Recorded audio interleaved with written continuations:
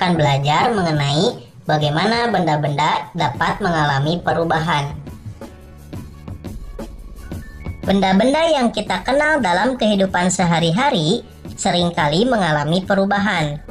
Perubahan tersebut ada yang bersifat langsung dapat diamati, namun ada juga yang memerlukan waktu lama untuk pengamatannya. Perubahan benda-benda tersebut dikenal dengan perubahan materi. Contoh perubahan materi yang berlangsung cepat adalah pembakaran kertas.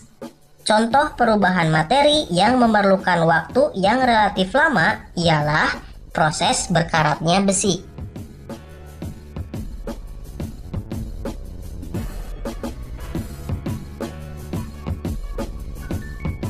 Sebelum lebih jauh membahas tentang perubahan materi, kita perlu mengetahui tentang sifat-sifat zat terlebih dahulu. Sifat-sifat benda sangat penting diketahui untuk membedakan perubahan-perubahan yang terjadi pada benda tersebut. Sifat-sifat benda secara garis besar dibedakan menjadi dua, yaitu sifat fisika dan sifat kimia. Sifat fisika adalah sifat yang berkaitan dengan keadaan fisik suatu zat. Sifat fisika termasuk di dalamnya bentuk, warna, bau, kekerasan, titik didih, titik beku, titik leleh, daya hantar, ukuran partikel, dan massa jenis atau densitas. Sifat kimia merupakan sifat zat yang berhubungan dengan mudah atau sukarnya zat tersebut untuk bereaksi secara kimia.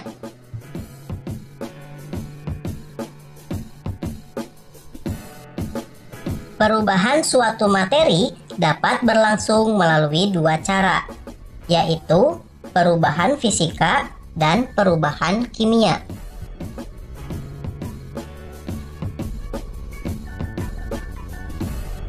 Perubahan zat yang tidak disertai dengan terbentuknya zat baru disebut perubahan fisika. Komposisi materi tersebut juga tidak akan berubah, misalnya es yang mencair. Baik dalam bentuk padat maupun dalam bentuk cair, keduanya tetaplah air, yaitu H2O. Contoh perubahan fisika antara lain menguap, mengembun, mencair, membeku, menyublim, melarut, serta perubahan bentuk lainnya.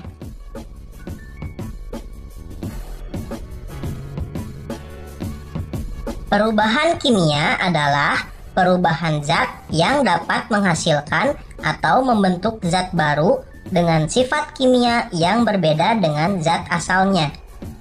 Contohnya adalah kayu yang dibakar. Kayu sebelum dibakar mengandung serat selulosa, tetapi setelah dibakar berubah menjadi arang atau karbon. Dengan demikian, pada proses pembakaran kayu diperoleh zat baru yang memiliki sifat berbeda dengan zat sebelumnya. Contoh lain perubahan kimia yang sering terjadi di alam adalah proses perkaratan besi.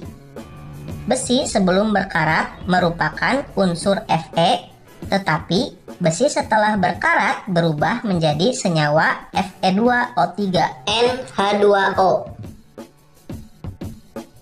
Zat baru yang terbentuk dalam perubahan kimia disebabkan adanya perubahan komposisi materi. Perubahan tersebut dapat berupa penggabungan sejumlah zat atau peruraian suatu zat. Berlangsungnya perubahan kimia dapat diketahui dengan ciri-ciri sebagai berikut. Yang pertama adalah terbentuknya zat baru. Yang kedua, terbentuknya gas. Yang ketiga, terbentuknya endapan. Yang keempat, terjadinya perubahan warna. Yang kelima, terjadinya perubahan suhu. Reaksi kimia bersifat unik. Beberapa reaksi kimia tertentu dapat membentuk gas. Contoh reaksi kimia yang membentuk gas ialah reaksi logam magnesium dengan asam klorida. Reaksi tersebut dapat ditulis sebagai berikut. Gas yang terbentuk dapat kita lihat dalam wujud gelembung-gelembung kecil. Gas tersebut adalah gas hidrogen.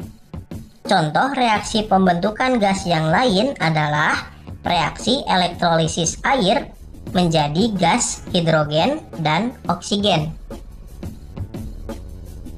Reaksi pengendapan adalah reaksi yang menghasilkan suatu senyawa yang berbentuk padatan. Padatan tersebut tidak larut atau tidak bercampur secara homogen dengan cairan di sekitarnya sehingga disebut endapan. Salah satu contoh reaksi yang dapat membentuk endapan ialah reaksi antara barium klorida dengan natrium sulfat, menghasilkan endapan barium sulfat berwarna putih. Reaksi tersebut berlangsung sebagai berikut.